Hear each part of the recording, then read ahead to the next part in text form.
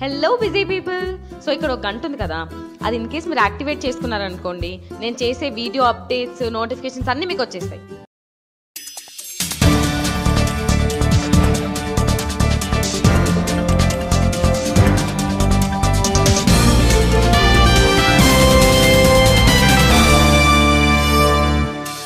నమస్కారం, జీటీవీ వార్తలకు స్వాగతం. ముందుగా ముఖ్యాంశాలు. సంజీవనిలో రాష్ట్ర ప్రభుత్వ ఉద్యోగులకు ఈహెచ్ఎస్ స్కీమ్ ని ప్రారంభించిన మంత్రి నక్కా ఆనందబాబు. మెరుగైన వైద్య సేవలు అందించాలని వైద్యులకు పిలుపు. నాటక సాహిత్య సమీక్షకుడు, రంగస్థల ప్రయోక్త మొదటి నాగభూషణ శర్మ అన్న ఎమ్మెల్యే ఆలపాటి. ఆయన లేని లోటు తెలుగు నాటక రంగానికి తీరని లోటంటూ నివాళి.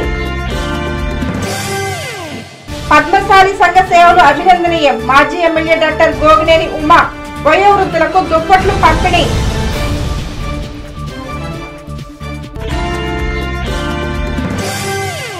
ఆధునిక టెక్నాలజీ ద్వారా దంతపరమైన సమస్యలను త్వరితగతిన నివృత్తి చేసేలా ఎక్విప్మెంట్ కలిగిన సంజీవని డెంటల్ హాస్పిటల్ మెరుగైన వైద్య సేవలు అందించాలని మంత్రి నక్కా ఆనందబాబు పేర్కొన్నారు. ఆసుపత్రిలో ఎంప్లాయీస్ హెల్త్ స్కీమ్ ని ప్రారంభించారు.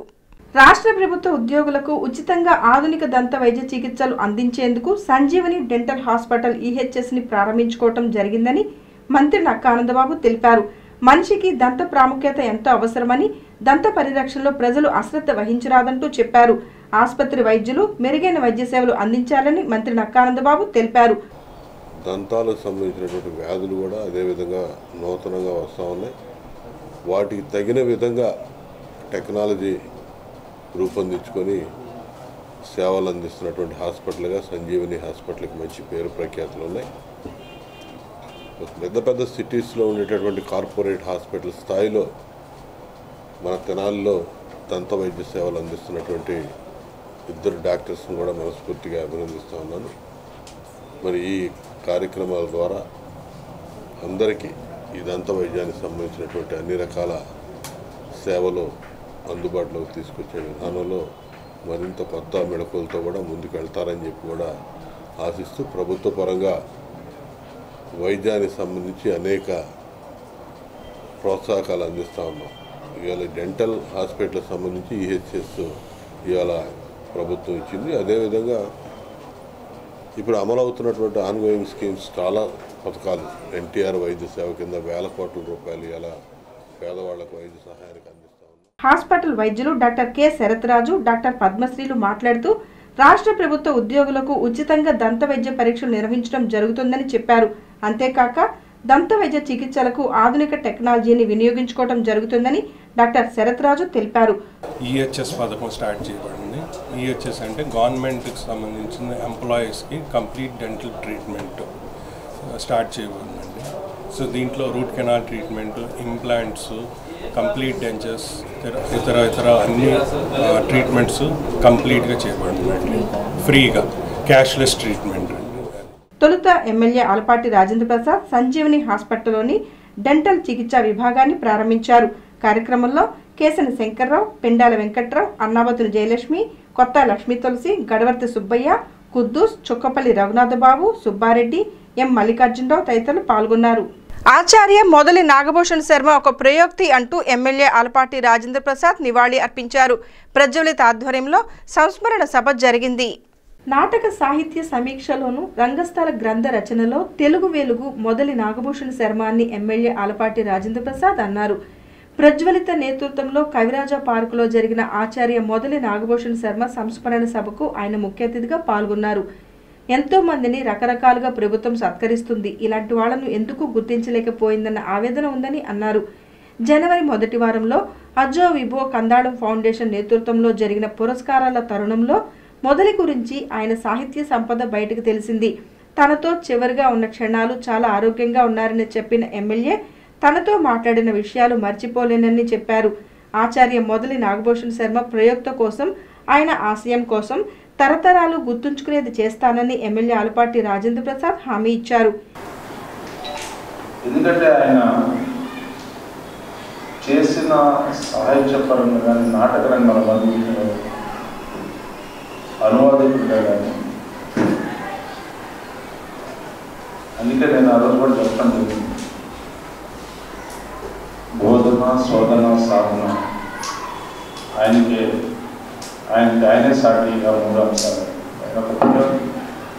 ఇంకొక మాట కూడా ఆ రోజు గమనం జరిగింది చర్చలో. ఆయన ఒక ప్రయోగశాల, జీవితమే ఒక ప్రయోగశాల. ఆయన ఎంటైర్ లైఫ్ ఈజ్ మనం ప్రయోగశాలగా మనం భావించాం. ఎందుకంటే ఆయన నడిచిన నడక, ప్రతిఫలం ఆశించి నడిచిన నడక అనేది ఎక్కడ కూడా మనకు కనిపించిన అంశం. ఎందుకు రిమైండింగ్ అవుతుందని చెప్పి నేను ఆలోచిస్తూ ఉంటాను. ఎందుకంటే ఆయన చెప్పిన మాటని అమలు చేసేంత వరకు నాకు వీళ్ళు అవుతానే ఉంటుందని అనిపించింది. It my bound and duty to implement what I promise to mother. There is no second thought of. అయితే ఆయన యొక్క గొప్పతనం, ఆ గొప్పతనం గురించి, ఆయనకున్న సంస్కారం గురించి ఈ సందర్భంగా ఘన నివాళిని ప్రముఖులు అందజేశారు. మొదలి నాగభూషణ్ శర్మ రచించిన పుస్తకాలను అతిథులకు అందజేశారు. ఇంకా ఈ సంస్మరణ సభలో గుమ్మడి గోపాలకృష్ణ, డాక్టర్ పాటిబండ్ల దక్షిణామూర్తి, చందు సాంబశివరావు, ఏఎస్ రామకృష్ణ, పెండేల వెంకట్రావు, అంబటి మురళీకృష్ణ తదితర సాహితీ నాటకరంగ ప్రముఖులు నాగభూషణ్ శర్మ జ్ఞాన సంపదను ప్రస్తుతించారు. కార్యక్రమంలో అనేక మంది నాటకరంగ రచయితలు, కళాకారులు పాల్గొన్నారు. పద్మశాలి వెల్ఫేర్ సొసైటీ ఆధ్వర్యంలో పద్మశాలికి చెందిన పేదవారికి ఉచితంగా దుప్పట్లు పంపిణీ చేశారు. మాజీ ఎమ్మెల్యే డాక్టర్ గోగినేని ఉమా చేతుల మీదుగా దుప్పట్లను అందజేశారు. తెనాలిలో గత 23 సంవత్సరాలుగా పద్మశాలి వెల్ఫేర్ సొసైటీ అనేక సంక్షేమ కార్యక్రమాలు చేపట్టడాన్ని మాజీ ఎమ్మెల్యే డాక్టర్ గోగినేని ఉమా నిర్వాహకులను అభినందించారు. చలికాలంలో వయోవృద్ధులకు దుప్పట్లు ఇవ్వటం చాలా అవసరమని చెబుతూ ఇటువంటి సేవా కార్యక్రమాలు మరిన్ని చేపట్టాలని డాక్టర్ గోగినేని ఉమా ఆకాంక్షించారు. ఈనాడు ప్రతి సంవత్సరం జరుపుతున్న విధంగానే ఒక చక్కటి కార్యక్రమాన్ని ఏర్పాటు చేసి దుప్పట్ల పంపిణీ కడు పేదవారికి ఇక్కడ ఇవ్వటం జరిగింది. ఇక్కడ ఈనాడు ఎంతోమంది దాతలు ముందుకు వచ్చి వారికి అందించినటువంటి సహాయానికి సొసైటీ అధ్యక్షులు గుర్రం గాంధీ మాట్లాడుతూ తమ సంఘీయుల సహకారంతో 23 సంవత్సరాలుగా సేవా కార్యక్రమాలు చేపడుతూనే 2 కళ్యాణ మండపాలు కూడా ఏర్పాటు చేసుకోవడం జరిగిందని గాంధీ తెలిపారు. మరి అభివృద్ధి పరంగా 2 కళ్యాణ మండపాలను మేము నిర్మించుకోవటం జరిగింది. ఈ 2 కళ్యాణ మండపాలు, ఒకటి ఏసీ కళ్యాణ మండపం, కింద నాన్ ఏసీ, పైన ఏసీ కళ్యాణ మండపం.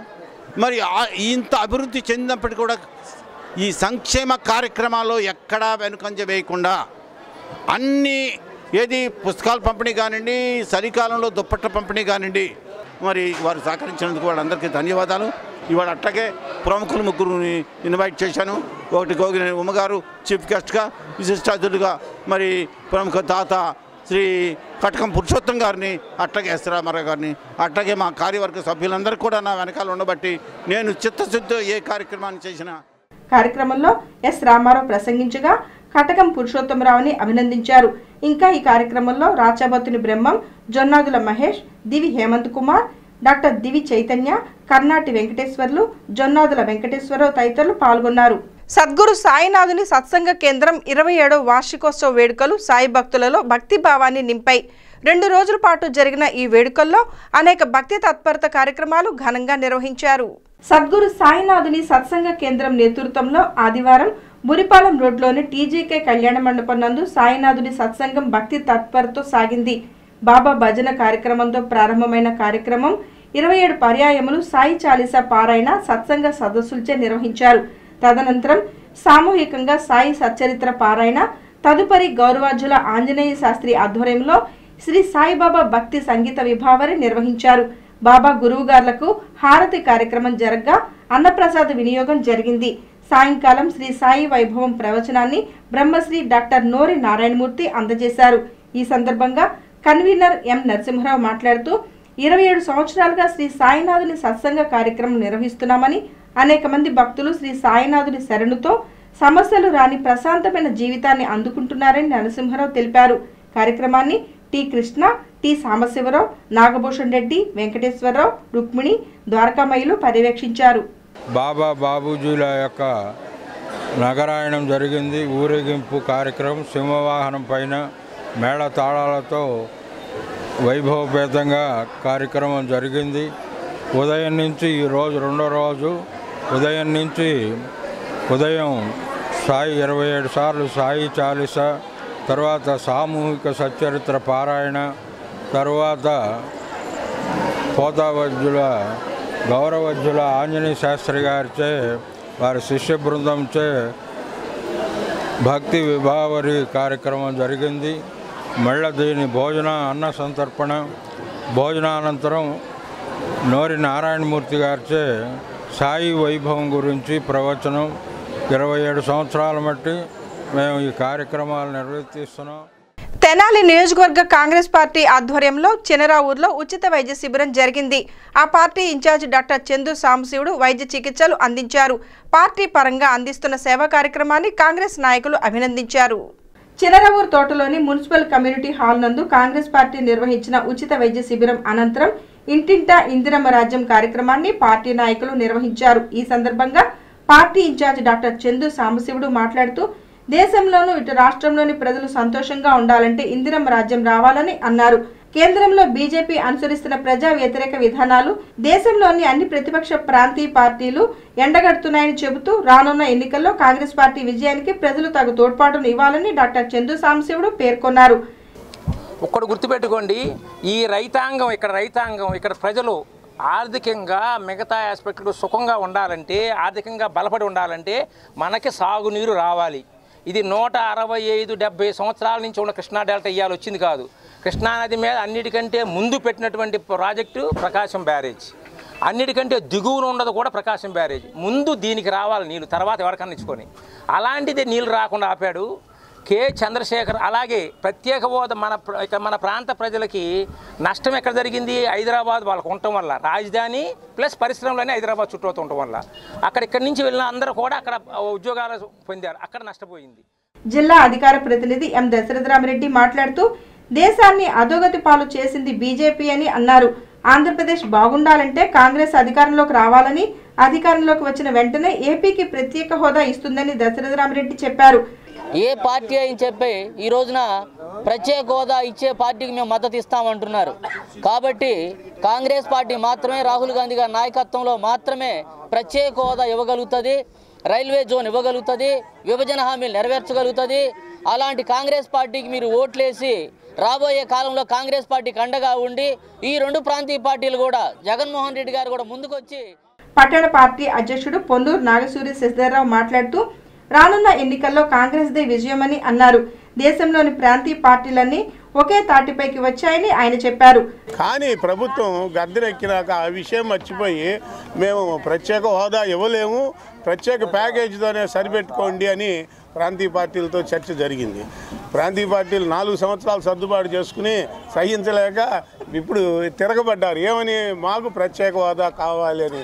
ఏ ప్రాంతీయ పార్టీ అయినా ప్రత్యేక హోదా కావాలంటుంది, కానీ ప్రత్యేక హోదా ఇవ్వగలిగింది కాంగ్రెస్ పార్టీ అని బహిరంగంగా అందరికీ తెలుసు. కాబట్టి ప్రజలు ప్రాంతీయ పార్టీల కన్నా. కార్యక్రమంలో కాంగ్రెస్ పార్టీ నాయకులు పిల్లి సుధాకర్, మేకల చిట్టిబాబు, దారా రామకృష్ణ, కాళిదాసు వెంకటేశ్వరరావు, కామినేని చిన్న, నర్లగొల్ల నాగేశ్వరరావు, మైల రాము, ఆదాము, ఎల్ వెంకటేశ్వరరావు, మామిడిపత్తుల సుబ్రహ్మణ్యం తదితరులు పాల్గొన్నారు. పట్టణంలోని మారిస్పేటలో గల షేక్ మౌజనీసాకు చెందిన బేకరీ విద్యుత్ షార్ట్ సర్క్యూట్తో దగ్ధమైంది. దీంతో బేకరీకి సంబంధించిన మిషనరీ తగలబడిపోయింది. దగ్ధమైన బేకరీని వైసీపీ నేత అన్నాబత్తుని శివకుమార్ సందర్శించి 10,000 రూపాయలు తక్షణ సహాయాన్ని అందజేశారు. విద్యుత్ షార్ట్ సర్క్యూట్తో అగ్ని ప్రమాదానికి గురైన బేకరీ యజమాని మౌజనీసాని మానవీయ దృక్పథంతో ప్రభుత్వం ఆదుకోవాలని వైసీపీ నేత అన్నాబత్తుని శివకుమార్ అన్నారు. అగ్ని ప్రమాదానికి గురైన బేకరీని సందర్శించిన అన్నాబత్తుని 10,000 రూపాయల ఆర్థిక సహాయాన్ని అందజేశారు. బిస్కెట్లను తయారు చేసి వాటిని అమ్ముకుని జీవించే మౌజనీసా కుటుంబం అగ్ని ప్రమాదంతో రోడ్డున పడిందని, ఆ కుటుంబాన్ని ఆదుకోవాల్సిన బాధ్యత ప్రభుత్వంపై ఉందని అన్నారు. ప్రభుత్వం స్పందించని పక్షంలో బ్యాంకు ద్వారా రుణం ఇప్పించి తిరిగి బేకరీ నిర్వహణ చేసుకునేలా సహకరిస్తారని అన్నాబత్తుని శివకుమార్ పేర్కొన్నారు.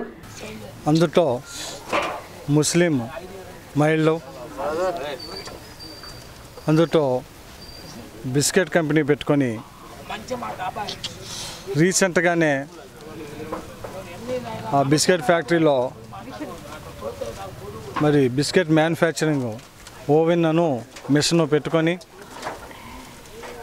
అనాదిగా బిస్కెట్స్ తయారు చేసి వ్యాపారం చేసుకుంటా జీవనోపాధిగా ఉన్న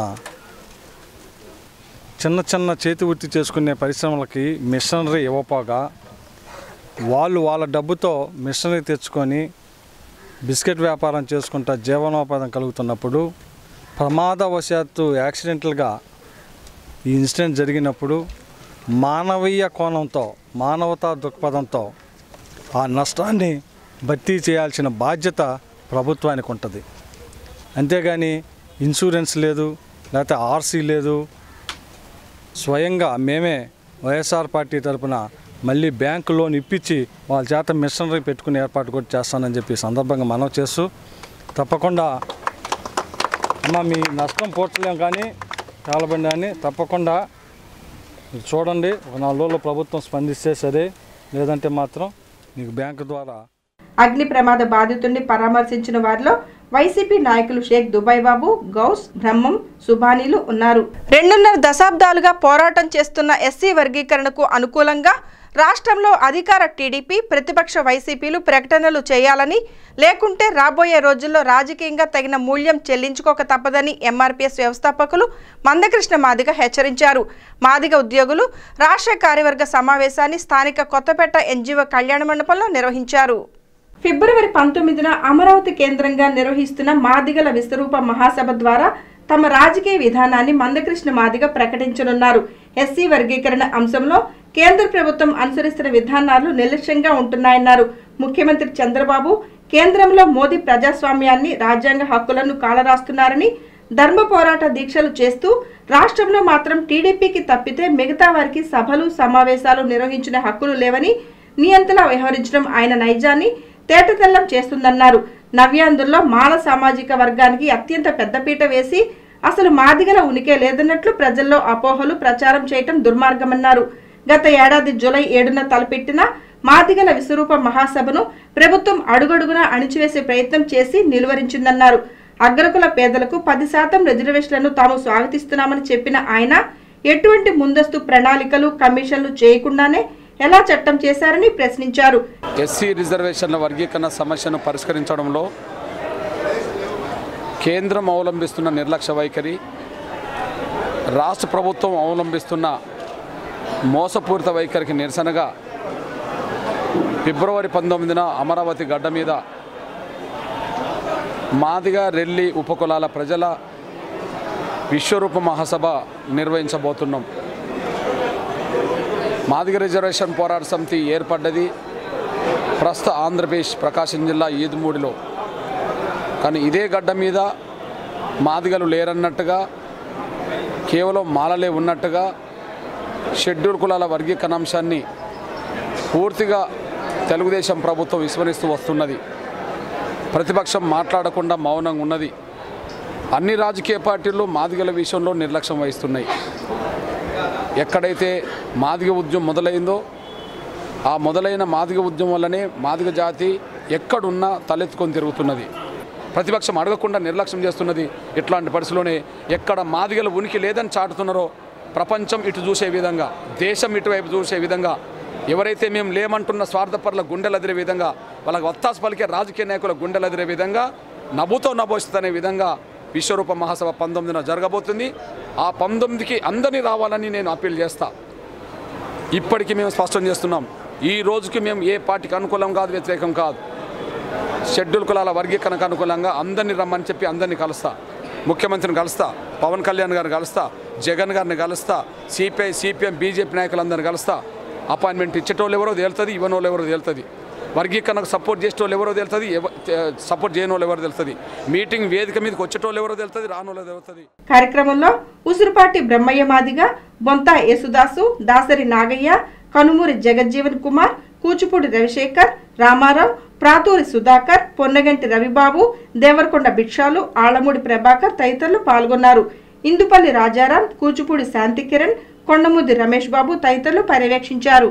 గ్రామాలలో కొత్త ధాన్యంతో తయారు చేసుకునే అటుకుల సాంప్రదాయం తగ్గిపోతోంది. ధాన్యంలో ఉండే పాల రుచిని ఆస్వాదించే రైతాంగం నేడు వాటిని మర్చిపోతోంది. ఆరోగ్యానికి శక్తినిచ్చే అటుకులపై ప్రత్యేక రిపోర్ట్. అటుకులు వీటికి యుగాల నుండి పేరు ఉంది. శ్రీకృష్ణునికి కుచేలుడు అటుకులు ఇచ్చి తన స్నేహధర్మాన్ని చాటిన సంఘటన యుగాల నుండి భారతీయుల మధ్యలో ఎప్పుడూ మెదులుతూనే ఉంటుంది. అంతటి ఘనత ఉన్న అటుకులను ఈనాడు ఎక్కడో దూరంగా ఉన్న గ్రామాల్లో మాత్రమే చూస్తున్నాం. జనవరి నెలలో కొత్త ధాన్య రాసులు వచ్చిన తర్వాత సాంప్రదాయ పిండి వంటలతో పాటు అటుకులకు కూడా ఒక ప్రత్యేకత ఉంది. అయితే మారుతున్న ఆహారపు అలవాట్లతో కొత్త సాంప్రదాయక పిండి వంటలు దూరమయ్యాయి. దానిలో ఒకటిగా అటుకులు చేరిపోయాయి. కొత్త ధాన్యం వచ్చినప్పుడు పొంగళ్ళు పెట్టుకునే తెలుగువారి సంస్కృతి, దీనితో పాటు ప్రతి రైతాంగం ఇంట కూడా అటుకులు పంచుకునే సాంప్రదాయం కూడా ఉంది. రాను రాను అటుకులు వేసేవారు కూడా కనుమరుగవటంతో అటుకులు వేయించుకునే పరిస్థితి పోయింది. మానికలతో కొలతలు వేసి బస్తాలు బస్తాలు ధాన్యాన్ని అటుకులు మరవేయించుకునే దాని నుండి కేజీలకు వచ్చింది.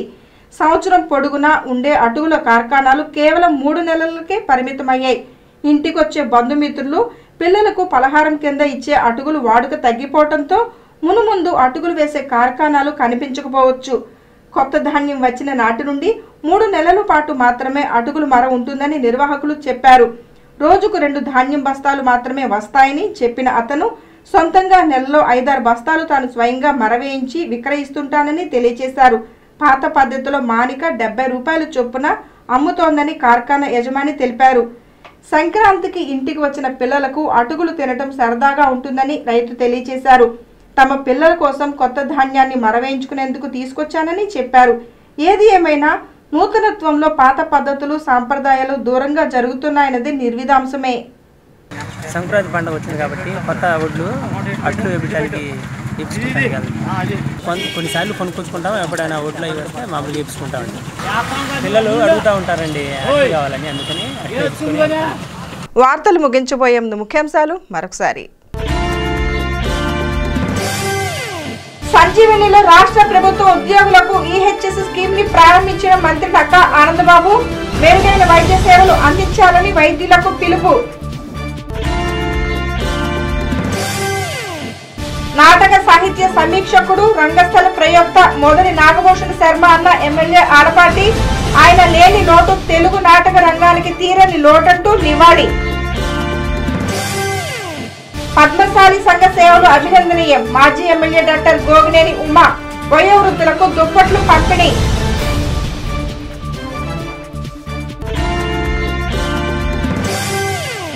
ఈ వార్తలు ఇంతటితో సమాప్తం. నమస్కారం. Hello busy people. సో ఇక్కడ ఒక గంట ఉంది కదా, అది ఇన్ కేస్ మీరు యాక్టివేట్ చేసుకున్నారనుకోండి, నేను చేసే వీడియో అప్డేట్స్, నోటిఫికేషన్స్ అన్నీ మీకు వచ్చేస్తాయి.